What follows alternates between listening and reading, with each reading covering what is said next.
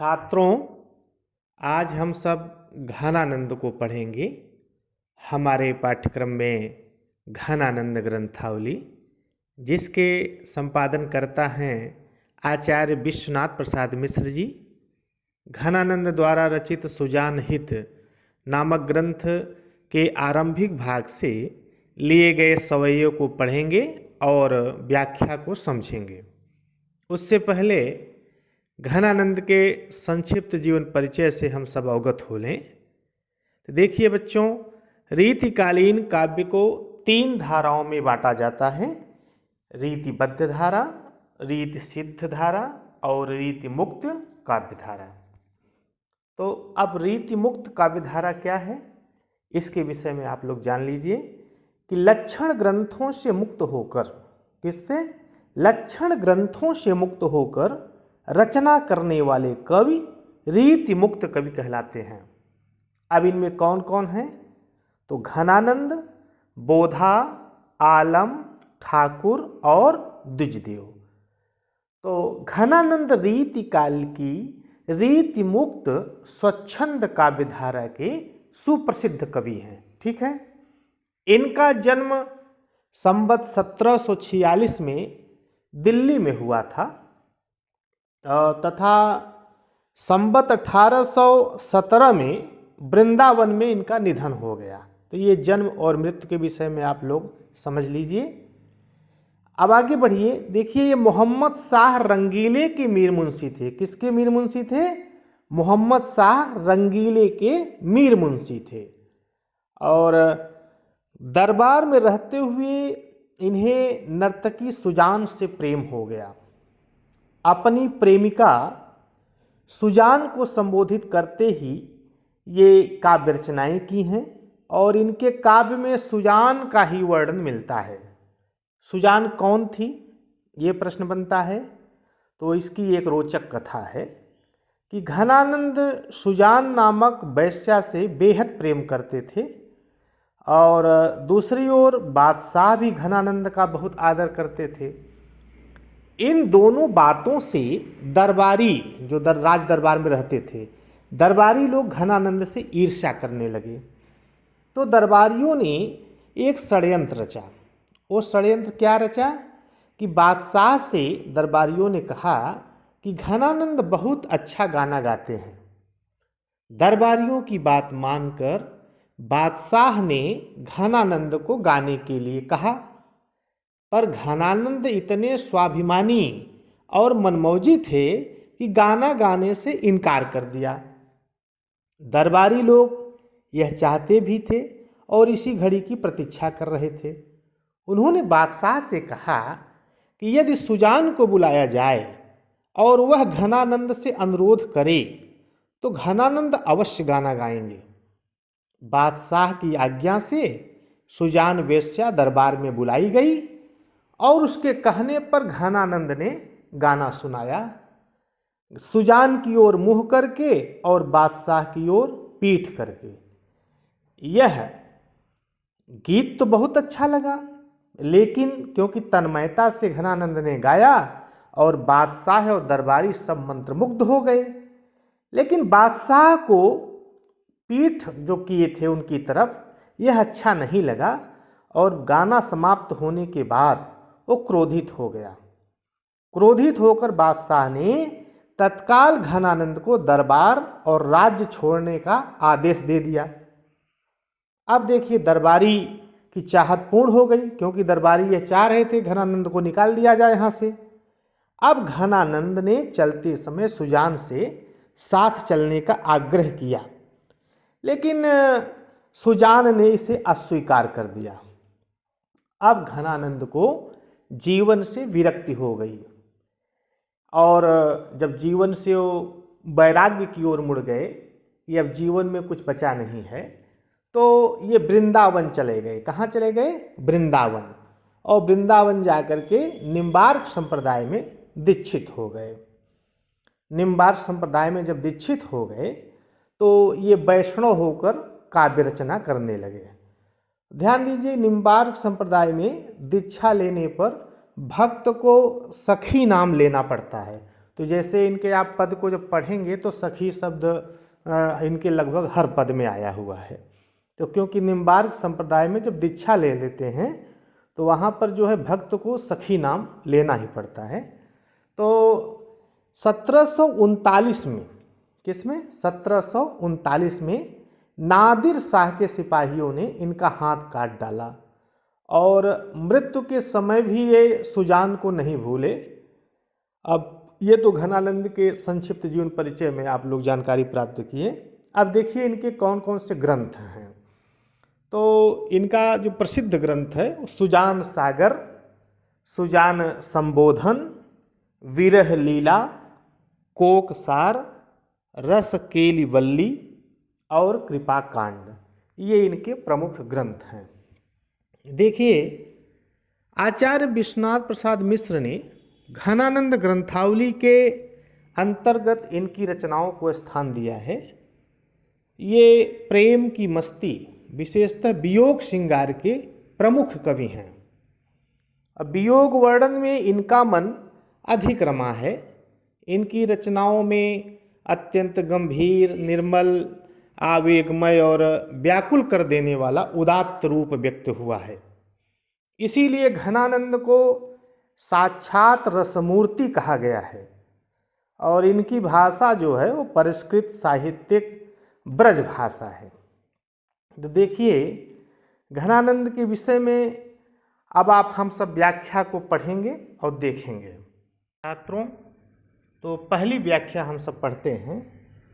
रूप निधान सुजान सखी जब, रूप निधान सुजान सखी जब, तैं इन नैननी ने कुनिहारे, दीठी थकी अनुराग छकी, मतिलाज के साज समाज बिसारे, एक अचंभव भयो घन आनंद, है नित ही पल पाट उघारे, तारे टरे नहीं तारे कहूँ सु, लगे मन मोहन मोह के तारे। तो अब हम इसकी व्याख्या करेंगे। देखिए यह पंक्तियाँ घनानंद द्वारा रचित सुजान हित से ली गई है। कहाँ से ली गई है? सुजान हित से ली गई है। तो छात्रों आप लोग ध्यान दीजिए। रूप निधान सुजान सखी, रूप निधान सुजान सखी, जब तय इन नयननी ने कुनिहारी। रूप निधान का तात्पर्य क्या है? सौंदर्य का खजाना, या कह सकते हैं सौंदर्य का भंडार, अर्थात बहुत अधिक सुंदर, बहुत अधिक सुंदर। तो कौन अधिक सुंदर है? रूप निधान सुजान सखी। सुजान क्या है? घनानंद की प्रेमिका का नाम सुजान था। सखी, देखिए मैंने बताया था ना कि सखी शब्द आएगा इनके, क्योंकि निम्बार्क संप्रदाय में दीक्षित हैं ये। सखी जब तय इन नयननी नेक निहारे, निहारे माने देखना, नेक माने थोड़ा सा। तो अब देखिए पहली लाइन की व्याख्या। इसमें घनानंद जी कि देखिए क्या कह रहे हैं कि हे सखी, क्या कह रहे हैं? हे सखी, जब से मैं उसके सौंदर्य को देखा है, जब से मैं उसके सौंदर्य को देखा है, तब से मेरी आँखें चैन नहीं पा रही हैं। अर्थात उसके सौंदर्य में उलझी हुई हैं। अर्थात जो सुजान है, जो सौंदर्य की खजाना है, उसी सौंदर्य पर टिकी हुई है। और वह सौंदर्य ऐसा है कि मेरी आँखें उसी में लगी हुई हैं, हृदय उसी प्रेम में डूबा हुआ है। आगे क्या कहते हैं? दीठ थकी, दीठ थकी, दीठ माने क्या होता है? नेत्र या आँख। थकी माने स्तब्ध हो जाना या चकित हो जाना। तो अब देखिए क्या कहते हैं, दीठ थकी अनुराग छकी मति लाज के साज समाज बिसारे। अब देखिए कहते हैं प्रियतम श्री कृष्ण को देखते देखते, देखिए यहाँ पर सुजान जो है वो कृष्ण का प्रतीक हो गई है, क्योंकि घनानंद जो है ऐसे भक्त कवि हैं जो लौकिक से अलौकिक की ओर जा रहे हैं। तो कह रहे हैं प्रियतम श्री कृष्ण को देखते देखते मेरी दृष्टि क्या थक गई है। दृष्टि थकी, दृष्टि क्या हो गई है? थक गई है। अनुराग छकी मति, देखिए मेरी बुद्धि उनके प्रेम में तृप्त हो गई है। लाज के साज समाज बिसारे। अब देखिए अर्थात उनके प्रेम में संतुष्ट हो गई है। मेरे इन आँखों ने सांसारिक लोक लज्जा को त्याग कर दिया है। अब देखिए लाज के साज समाज बिसारे, अर्थात मेरी इन आँखों ने सांसारिक लोक लज्जा को त्याग कर दिया है। अर्थात प्रेम के कारण मैंने सारी लज्जा संकोच मान मर्यादा को त्याग करके समाज की परवाह न करते हुए उनको ही देखते रह गई। कृष्ण को देखते रह गई, अर्थात सुजान जो कृष्ण की प्रतीक है। यहाँ पर घनानंद सुजान को कृष्ण मानते हैं और अपने को प्रेमिका।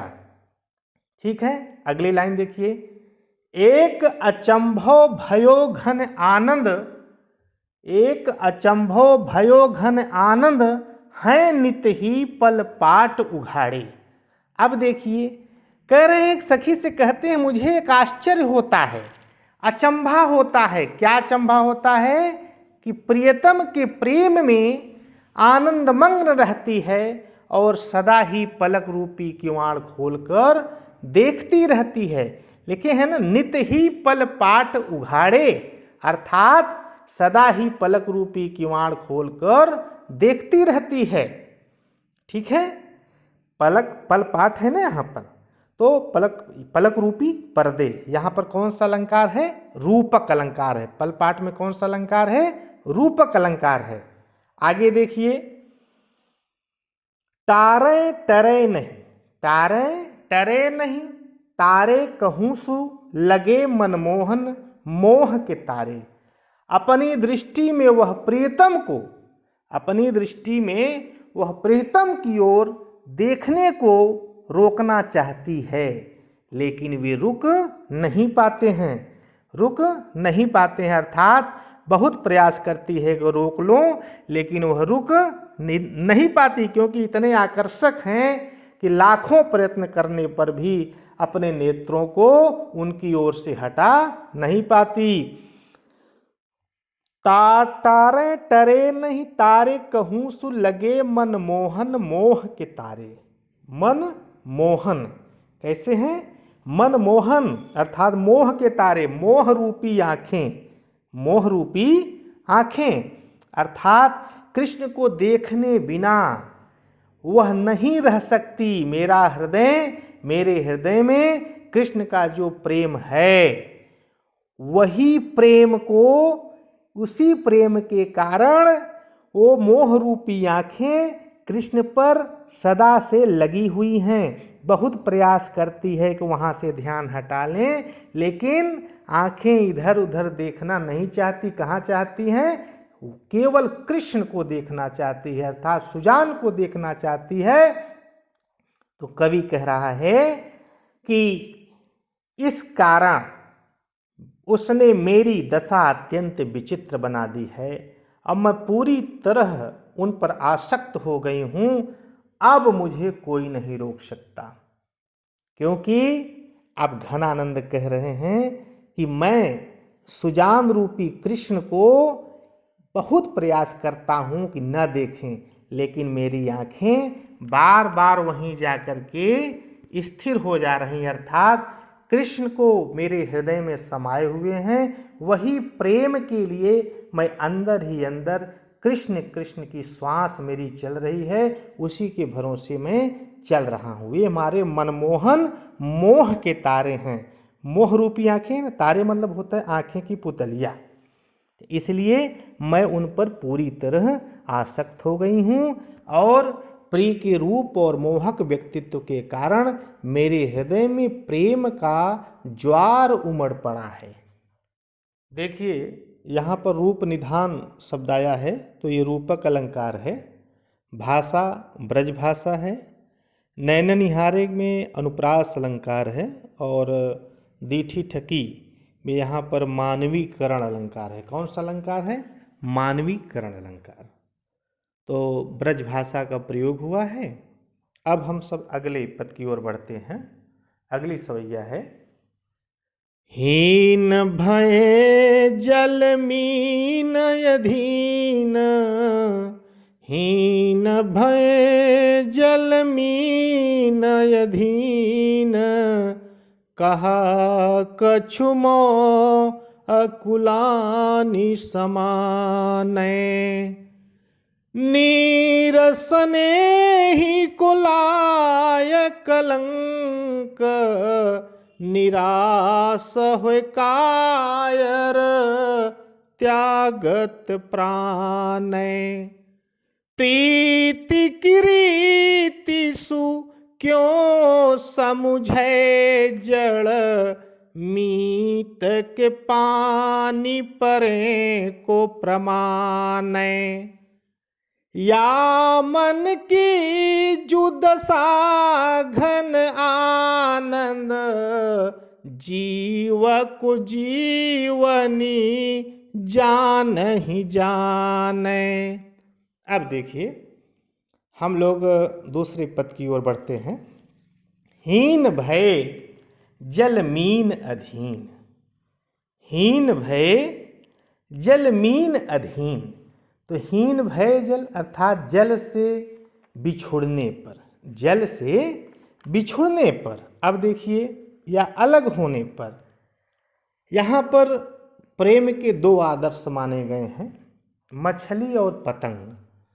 तो घनानंद जी कहते हैं कि मेरा प्रेम मछली के प्रेम से भी महान है, क्योंकि वह प्राण त्याग कर शांति प्राप्त कर लेती है, लेकिन मैं प्रिय के वियोग में तड़प रहा हूँ और प्रेम की उच्चता प्राण देने में नहीं, जीवित रहते हुए पीड़ा सहने में है। तो कवि ने यहाँ पर विवशता बताते हुए कहते हैं कि पानी में रहने पर, पानी में रहने पर हीन भय जल मीन अधीन। मीन माने मछली, मीन माने क्या होता है? मछली। तो मछली कैसे है? अधीन है, मछली विवश है।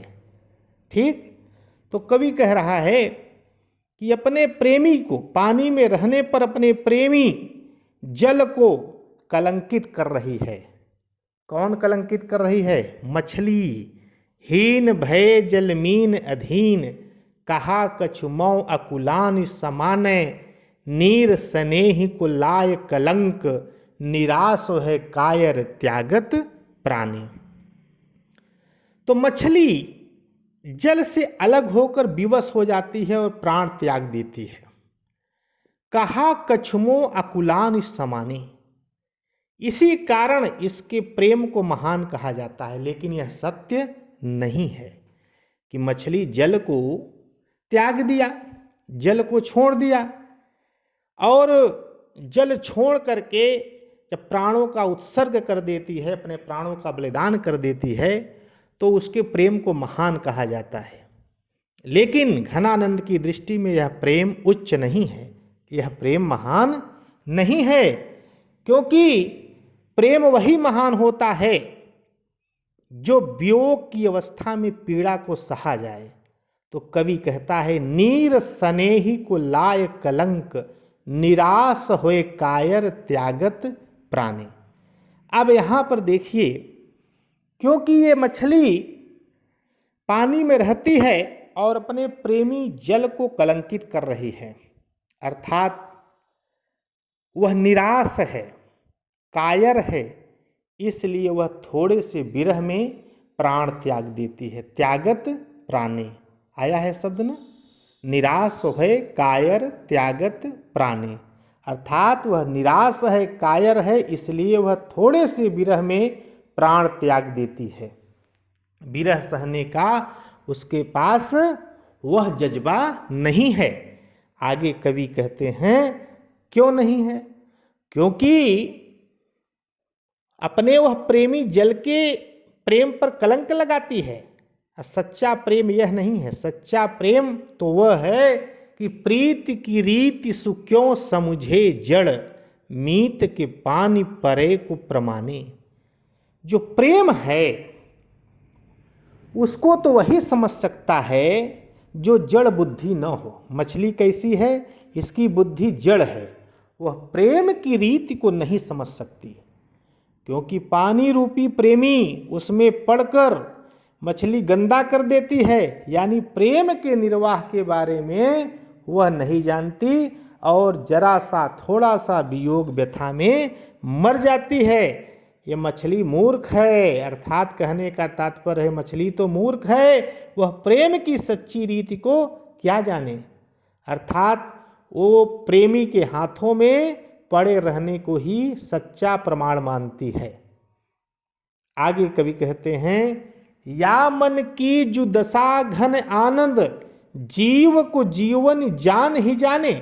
घनानंद जी कहते हैं कि वास्तविक पहचान वियोग में ही होती है कि प्रिय के बिना, या मन की जो दशा घन आनंद, कह रहे हैं घनानंद जी कि प्रिय के बिना मेरे मन की जो दशा है, जीव को जीवन जान ही जाने। ये तो वही जानती है। कौन जानती है? सुजान, अन्य कोई नहीं जान सकता। मैं मछली की तरह धैर्य नहीं खो सकता। क्यों? क्योंकि मुझे सुजान की मिलने की पूरी आशा है। जीव को जीवन जान ही जाने, अर्थात जान का तात्पर्य यहाँ सुजान से है। सुजान जो जिलाने वाली, वही मेरे प्राणों की रक्षा करने वाली है और मेरे प्राणों की रक्षा सुजान ही कर सकती है। तो इस तरीके से देखिए, यहाँ पर आप लोग अलंकार के विषय में कुछ समझ लीजिए। भाषा इसकी ब्रज है, ये तो जान ही लिए हैं। और यहाँ वियोग श्रृंगार है, वियोग श्रृंगार है। और नैन निहारे शब्द आया है ना, नैन निहारे में अनुप्रास अलंकार है। ठीक है। और देखिए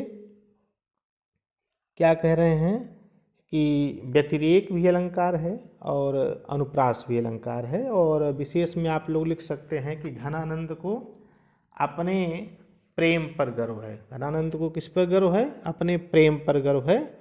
और प्रेम का आदर्श रूप मछली का प्रेम भी उसकी समानता नहीं कर सकता। इसी तरीके के सूरदास का भी एक पद है, ऊधो बिरही प्रेम करे। तो ठीक है, अगले पद में हम लोग चलते हैं। हाँ, तो तीसरा पद है, मीत सुजान अनीति करो, मीत सुजान अनीति करो, जिन हा नहु जिय मोहि अमोही, दीठी को और कहूँ नहीं ठोर, फिरी दृगरावर रूप की दोही। एक विसास की टेक गहे लगी, आस रहे बसी प्राण बटोही। हाँ घन आनंद जीवन मूल, दई की प्यासनी मारत मोही। देखिए, इसमें घनानंद जी ने सुजान के प्रति अपने भाव प्रकट किए हैं। तो देखिए, कवि ने अपने निष्ठुर प्रिय के अर्थात सुजान की उपेक्षा से या व्यवहार से आहत होकर अपने भाव प्रकट करते हुए कह रहे हैं कि वह ऐसा अन्याय न करे। तो देखिए, मीत माने होता है मित्र। मीत माने क्या होता है? मित्र। मोहि माने होता है मेरे प्रति। मोहि माने मेरे प्रति या मोहित करके। अमोही माने होता है निष्ठुर, अमोही माने निष्ठुर। तो देखिए कवि कह रहा है, मीति सुजान अनीति करो, जिन हाहा न हूजिए मोहि अमोही। घनानंद अपने प्रिय सुजान से कहते हैं, हे मेरे मीत सुजान, तुम मेरे साथ अनीति क्यों कर रही हो? तुम मेरे साथ अनीति क्यों कर रही हो? आप नाम से भी सज्जन हो, जैसा कि आपका नाम ही सुजान है। कृपा करके मेरे प्रति निर्दयी मत बनो। अमोही शब्द आया है ना, निर्दयी हो। अमोही का तात्पर्य निष्ठुर या निर्दयी, अर्थात मेरे प्रति निर्दयी मत बनो। अगली लाइन में कहते हैं, दीठ कौं और कहूँ नहीं ठौर, फिरी दृग रावरे रूप की दोही। अर्थात मेरी आँखों के लिए, मेरी दीठ माने क्या होता है? दृष्टि, ठौर माने स्थान, ठीक है, दृग माने नेत्र, रावरे माने आपके। तो देखिए, दीठ को और कहूँ नहीं ठौर, मेरी आँखों के लिए आपके अतिरिक्त और कोई दूसरा स्थान नहीं है। अर्थात मेरी आँखें तुम्हारे ही रूप रस का पान करना चाहती हैं। तो कवि कह रहा है, फिरी दृग रावरे रूप की दोही। तो मेरे नेत्र तो आपके सौंदर्य की दुहाई सुनकर ही आप पर मुग्ध हैं। अर्थात आपके रूप सौंदर्य का प्रभाव मेरे हृदय और नेत्रों पर समाया हुआ है। अगले लाइन में देखिए, एक विसास की टेक गहे, लगी आस रहे बस प्राण बटोही। देखिए, टेक माने होता है सहारा, ठीक है, आधार।